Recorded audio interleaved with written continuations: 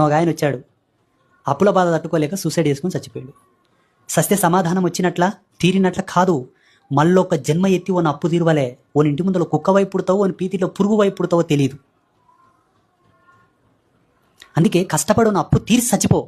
ఇప్పుడు అప్పు కట్టు, మరుసటి రోజు చచ్చిపో. సచ్చి ఏం గొప్పతనం? ఓన్ రుణంలో పోతావు నువ్వు. ఓన్ రుణం తీర్చుకోనిక మళ్ళీ పుట్టాలి, ఓనికి ఊడిగం చేయాలి నువ్వు. ఒకటి, భార్య ఉంది, వయసుతో ఉన్న అమ్మాయి.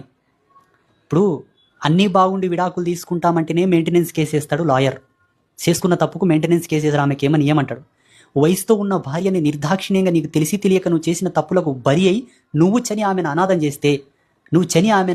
చేస్తే, చని అంటే చనిపోవడం, దేవుడు మెయింటెనెన్స్ కేసు వేస్తాడు. మళ్ళీ ఏ జన్మలో ఆమె రుణం తీర్చుకోవాలో నువ్వు? ఆమెకు ఆడపిల్ల అంటే ఒక పాప ఉంది, ఆయన చనిపోయిన ఆయనకు, ఆమెకు ఒక పాప ఉంది. ఆ పసిగందును అనాథాలు చేసి పోయినావు, నాన్న అని పిలుచుకునే అదృష్టం లేక చేసి చచ్చిపోయినావు. ఆ పిల్లకు రుణం తీరవాలి మళ్ళీ నువ్వు. మళ్ళీ అది కూడా ఎన్ని జన్మలే? అప్పులోనికో జన్మ, పెన్లంకో జన్మ, బిడ్డకో జన్మ. జన్మలు ఎవడు పెంచుకుంటున్నాడు ఈడ?